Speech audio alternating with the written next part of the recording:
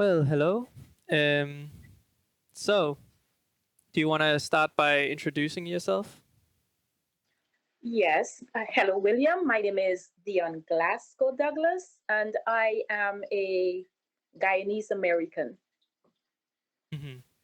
And what is your current occupation exactly? I have been a teacher for over 30 years. I've always been a teacher since my youth. That's the only profession. And I'm also a cultural storyteller. So I tell stories about my country, and I'm an avid permaculture gardener. Yes, I think those describe who I am. Yes, I'm a So, mother, a wife. Yes, very broad yes. expertise. And have you lived in Guyana? And if so, for how long before you moved to the US? Well, I don't like to say that I have moved because I've lived for the first 32 years in Guyana. And then after that, I go back all the time. So even when I'm physically in a different space, I'm still mentally living in my country. Hmm. And I go there at least 3 times per year. What about your family? Do they also travel back and forth a lot? Yes, all the time. My children, even though they were born in the United States, they have been going to Guyana to the point where they can speak Creolese, and people are not even, people doubt me that they're not Guyanese. They're saying, no, they have to be Guyanese. How come they can speak the language like this? Yes. So I'm here, I'm outside, but Guyana is always with me. Hmm. Um, So now you mentioned the Guyanese, and that's a Creole, correct? Yes, Guyanese, it's called Guyanese Creole or Mm. sometimes Creolese. Yes, Creolese. You just you coined you've took ownership of the word Creole, but yes, it's our language. mm. So that's what majority speaks. How many would you say do you like speak English, like proper English, or can everyone speak a bit of English in Guyana? All right, so we have a national language, which is English, Guyanese English, if you want to call it that. And that's as a result of colonization. So English is the national language, the standard language of Guyana. Our cultural language is Guyanese Creole. Mm. So that's the difference. And the problem is, or the dilemma is, that you have these two languages, and one is the language of power, and one is seen as the stepchild, if I can say that, which is the Guyanese Creole. It is not seen, I think, in the eyes of people as being on the same level. Yeah, so Creole wasn't made an administrative language due to when you gain independence or close to. Uh, English was just said this is what is the proper language, and they didn't really care about what most people spoke. Is that it? I would say that because the schools, even our exams, are done in it. They're demanding that everything is done in standard English. If you speak Creolese, you're actually seen as someone who is not well educated, as someone who Mm. is not intelligent when you speak Guyanese Creole, even though that is the language of the people. That's the language in which we truly, truly express ourselves. Mm. So there's a class divide almost in which language is like how they're seen. I Or yes and no. It's more not so much. It's just like education. Like people would mm. think that if you speak Creolese, then you are not you're not wise. It's like you get cut out of certain conversations. If someone chooses to speak in standard English and Creolese is the only thing I speak, then how am I going to contribute in this conversation when I'm expected to switch codes and I cannot switch into the code that you expect me to speak in? Yes. Do you think most can speak some standard English, or is there like a divide on some people Of who course. speak only standard English or only Creole? Creole? Um, I think that everyone speaks some level of English, and you will have variation based on geographic location and so on. And everybody strives, I would say, to speak standard English. Hmm. So Okay. the issue is not with standard English. The issue is Creolese and identity, and how do you that's you. How do you separate yourself from who you are and Hmm. still be, that's That that's the issue to that me. makes me Mhm. think. Has there been like any written academic work on like categorizing Creolese and making what do you call it, dictionaries for it?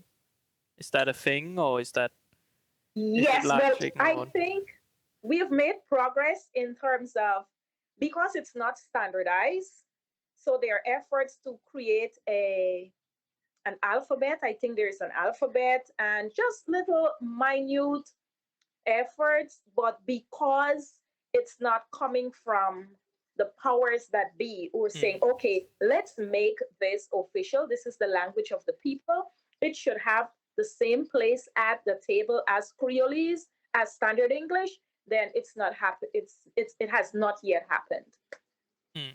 So right now it's more like some grassroots movement, or um, some organization trying to push for that, but the government doesn't really, or the main academic centers don't really consider it much for pushing for it. I think I think there's just a divide. There's some people, even at the university, there's actually a section, a group that they want Creolese to become a standard language. But it's I don't think it's they see it as that important. Hmm. And in a way they see it more as a setback Yeah, instead as a step to moving forward. I think it's important because it is a unique language in its own right, and if you don't document it, it can be lost very quickly. If um, and you see like just how quickly in Europe, even smaller language, how quickly they can die out if they're not fostered and safe kept to some degree. Exactly. Hmm. Um, but Guyana, I read, has a lot of different people groups. Both the natives who lived there before colonization, but also people brought over like blacks and Indians. Hmm. Um, how would you say that affects like the broader Guyanese culture? That there's many The thing, different Guyanese ethnic. culture has it's called a multicultural society because I think in the early years of our establishment as an independent nation, efforts were made to ensure that everyone has a place at the table. So you will see that in the Guyanese cuisine. In some countries, you have one national dish, and that's it. Not in the case of Guyana.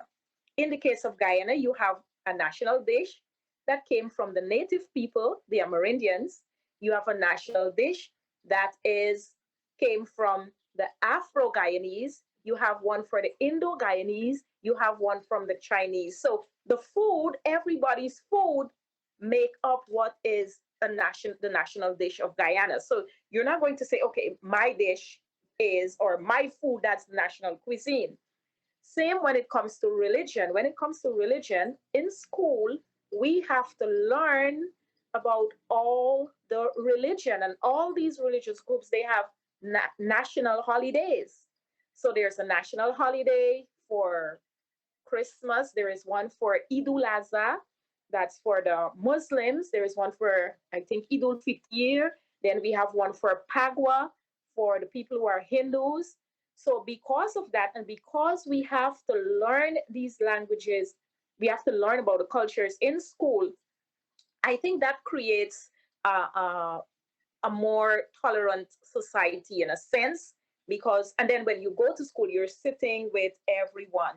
But if you're talking specifically in terms of the language, the Creole language came from the experience of the formerly enslaved Afro Guyanese. That's the basis of it.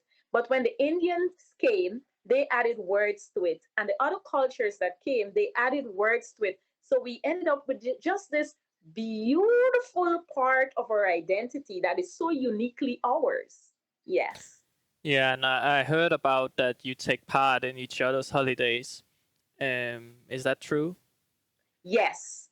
It Be- and I think it was truer in the past, but mm, as the climate of a country changes and different people come into in the political space, things change a little bit, and then mm, when the landscape changes a little bit, but to some extent it's that. So for me personally, I have gone to Kwekwe, which is a celebration that we have as Afro Guyanese before the wedding, which is like a wedding before the wedding.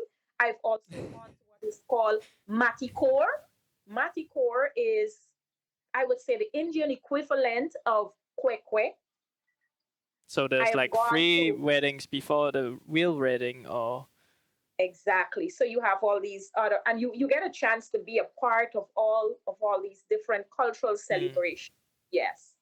um, that makes me think of, because like here in Denmark, we don't really have that many minorities. We have the Muslims are the biggest Yes. minority from Middle East, refugees Yes. mostly. Syria. Yes. Hmm. And before that, it was workers that we called in from Turkey and stuff. But I've always been thinking about, like, a lot of Danish people like to relax. We like our holidays. We like to eat cake.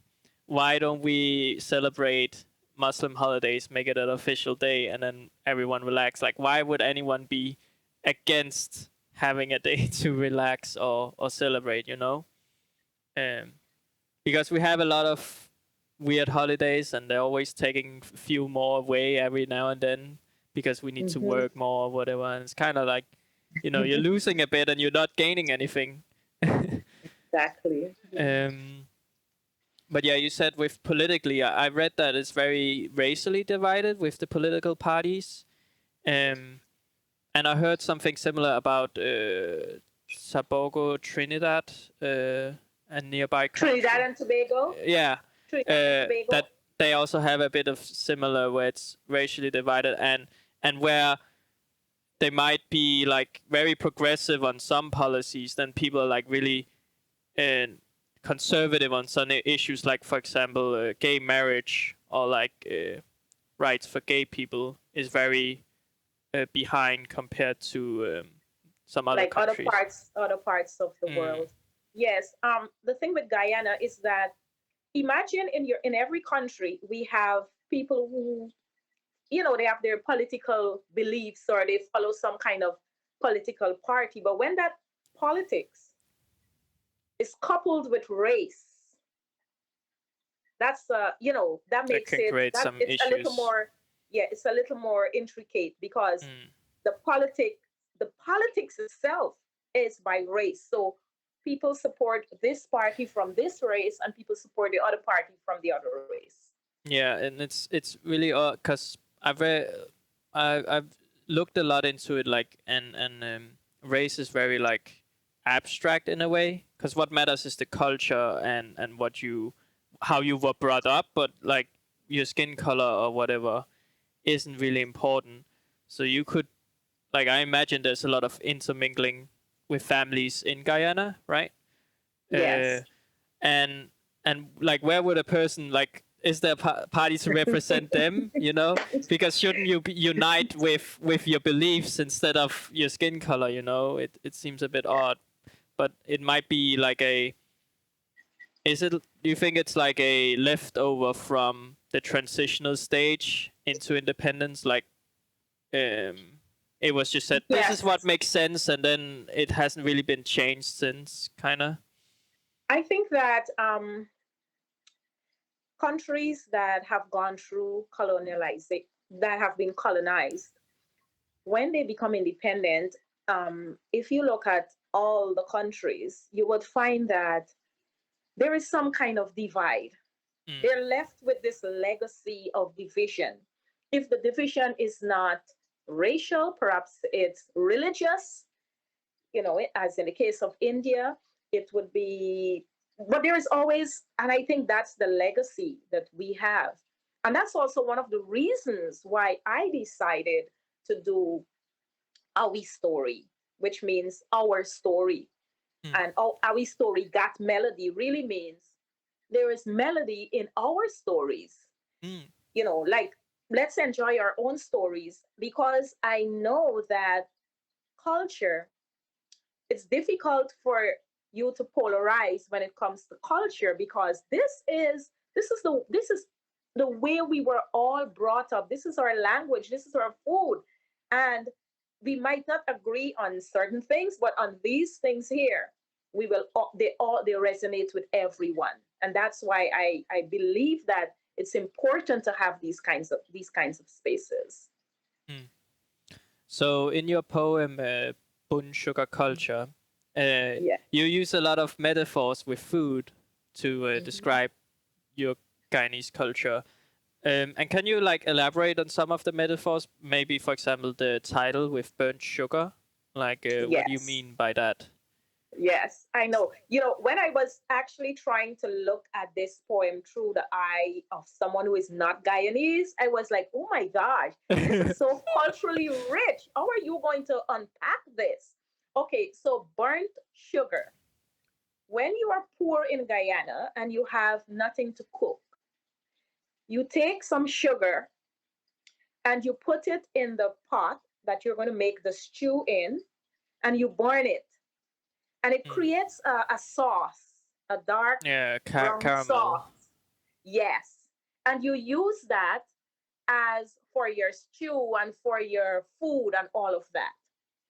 Now, why bun sugar culture? Because bun sugar is what we do. It's a part of us that we don't want to accept. We don't want to think about, because who wants to think about bun sugar when they can go in the shop and buy a bottle of sauce that is packaged and it comes from a different place? Why would you use bun sugar? So I'm saying, like, face your story. This is who you are. Don't try to be foreign. Like, be local, accept who you are, accept the fact that you cook with bun sugar. Mm. It in a way, it's a metaphor for accepting your stories. Yeah, like the food is it is tasty, but it's a bit rough around the edges. Maybe is that the Mhm. like the I think culture it's itself? Yes, I think it's more, you might not want to accept that as a child you ate bun sugar, but it is your reality. Like, be authentic. Hmm. Hmm. And yeah, you name. I'm guessing you name a lot of the dishes that are unique to Guyana. Yes. Caca fish, Yeah. cenopods, castor oil. Okay, let me tell you what cackabelly. Now, cackabelly is a, if you, I don't know if you've ever seen like a little drain. Like in Guyana, we are in the most of us live in the coastal plains, and we are 6 feet below sea level.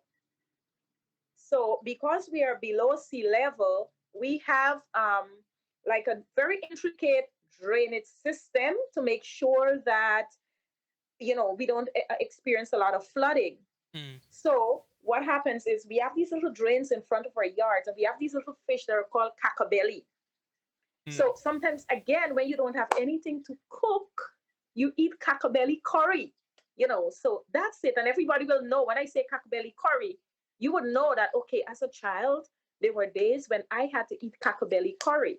So Okay, that's my culture. Yes. so Pepper it's pot. kind of a fish you want to avoid, but at the same time, it has some Exactly. charm to it because it's It's a sometimes the only part of thing who you around. are. Yes, exactly. And pepper pot, you see the part where I say pepper pot soak in bread? Now, pepper pot is a dish from the Amerindian, or the people who are native to Guyana. Mm, Pepper pot is made by cooking meat for days. Remember that these in the early days, the people did not have place to preserve their meat. So they would cook the steak over and over again, days, for many days, and then they will eat it. All right. So that became our national dish that we eat at Christmas time. mm. And we eat it with bread. So it's like the skin of the cow, and we boil it, boil it, boil it for days until it really becomes soft. And then we soak the bread in there, and that's our Christmas dish. So it's kind of like a meat stew, or how would you say? Yes, a meat stew, Is yes, there with pepper bread. in it, or is it Yes, just it's really spicy. It's okay? spicy. Yeah. Yes. Um, what is big cat boil? Okay, so Because I um notice how you put parentheses on some phrases, and I imagine that's the phrases where you're like, I can't translate this. yes, Nothing to exactly. do. Like, what do I tell you? Okay, so in Guyanese superstition, if if you give me something, suppose you and I are friends, and you lend me your eraser at school, and I say, okay, William, you give me your eraser, and then one day now we're not talking anymore, and you decide to take back your eraser from me. I will say to you, William, you're going to get a big cat boil. And that is to say, you're going to get a sty, you're going to get like an abscess on your eye, because you gave me the thing and you took it back. Like So, what? Can you say that again? A so we call star the or sty, it's the oh sty. Yeah, we sky? call that a cat boil, but only when you give somebody something and take it back. So is that like a good thing to have on your eye or No, no, no? it Oh no means no. that you give something to someone and you took it back. Yeah. So you see, it's in superstitious belief. Like, how do I explain a cat boil to you? You know what I Okay, mean? so Yes. so to avoid the You got it? superstition, would you just let them keep it or Yes, okay, exactly. okay, that way. Yes. And it makes sense.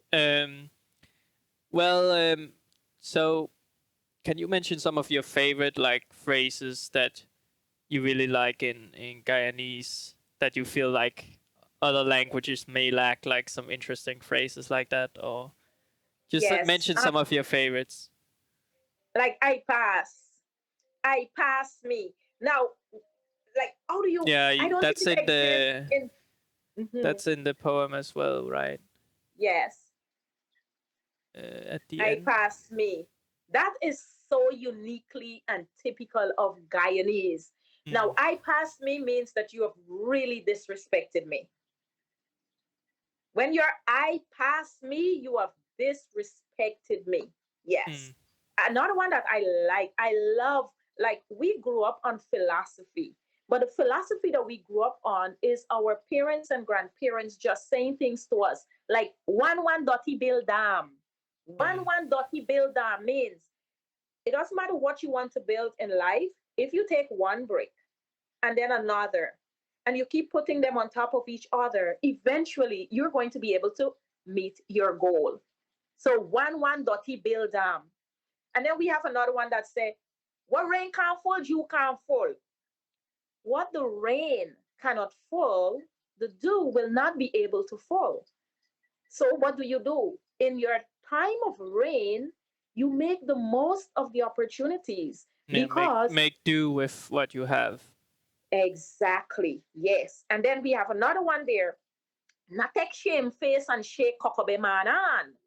Now, that means that, sometimes you might, I don't know if you've ever found yourself in a situation where you wanted to say no, but you said yes, but the yes wasn't a yes that really came from you, but you were looking at, man, if I really say no, then perhaps it won't look good to this person, and that person might see it as this, and that person might. So that is taking shame face and shake kokobe manan, because you were not brave enough to let your no be no, so you just like did something that you didn't want to do.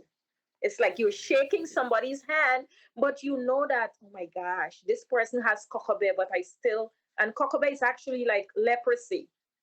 Yeah, and that's what you wrote in the poem's translation as seeking validation. Is that correct? Exactly, yes. But could you even translate it like if you translate directly and it wouldn't make sense? Can you even do that? No, there are some things, that's what I realized. Like, when I was really going through, I realized that I couldn't translate verbatim. I couldn't do verbatim. I had to do meaning. Mm. Yes, I couldn't Okay. give you word for word for some things. Because I'm guessing like shake is like shaking something, right? Or Which one? in the like in your poem, you say, "But me na sidong bow me head like when you push out ya Section. an Hand. for Yeah. shake a kokobe man an." Yes, to shake somebody's hand. Mm. Yes. So I'm Ah, not okay. going to just take, I'm not going to look at someone, know that they have leprosy, and then know that leprosy is contagious and just say, okay, and shake the person's hand.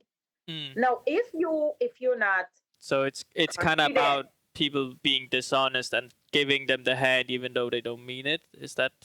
yes, it's like you being dishonest with yourself because Mm. you realize that a person has cockabeh, but you don't have the courage to say, you know what, I'm not going to shake your hands because you have cockabeh. Cockapay, would that be like full of shit or Leprosy. It's leprosy. It's leprosy? actually from an African language. Yes. Mm. Yes. I don't know that word.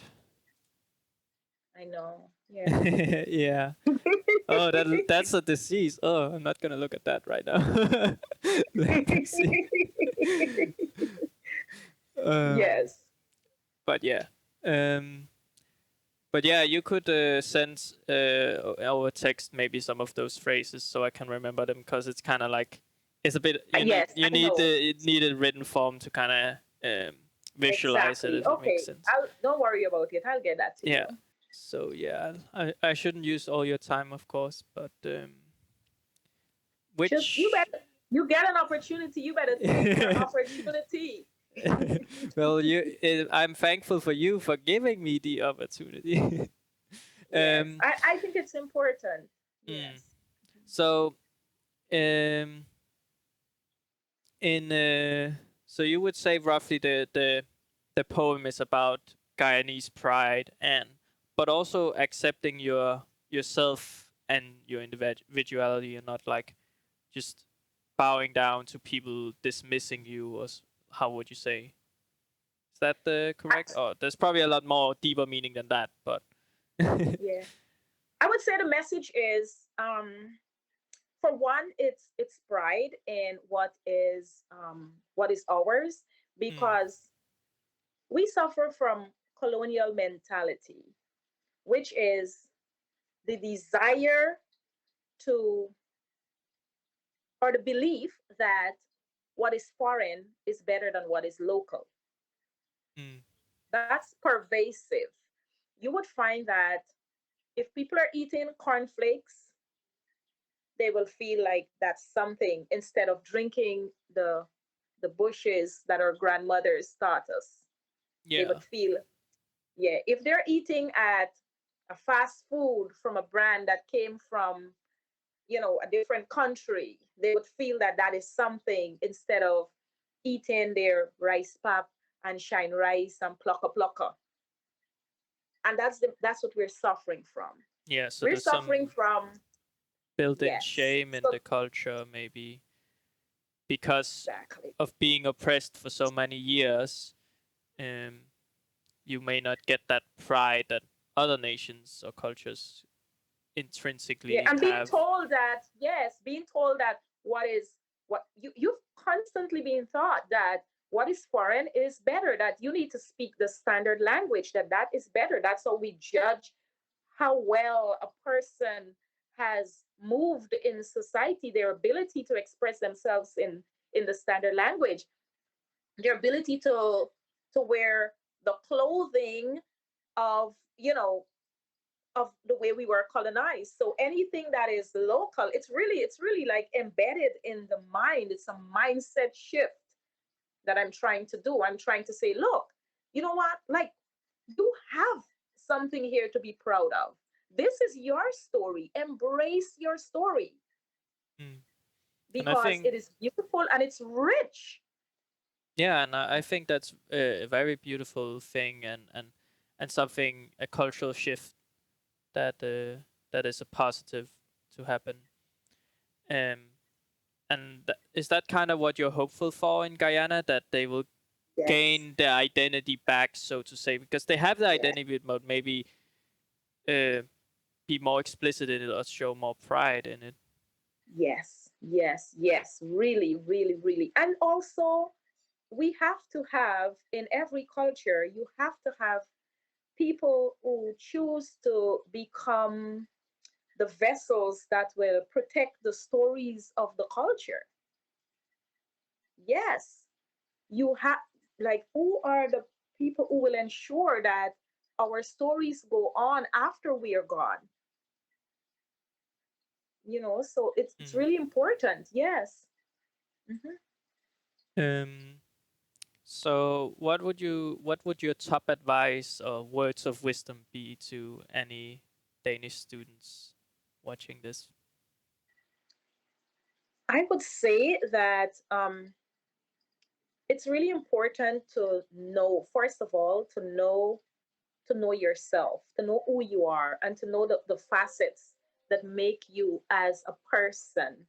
And if the the narrative that you're given doesn't reflect all the aspects of who you are, of what your society is, then become the person who will engage in the work of ensuring that there is a space where your culture can truly be representative of all the entities of that culture.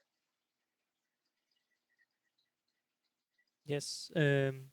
Thank you very much. Would you like to shout out your social media and stuff like that? Of course, yes. So you can find me. I do Awi Story Got Melody on Facebook and on YouTube and also on Instagram. Those are the spaces that I occupy for Awi Story Got Melody. Yes, that's it. And thank you so much for having me. Thank you too. You're welcome.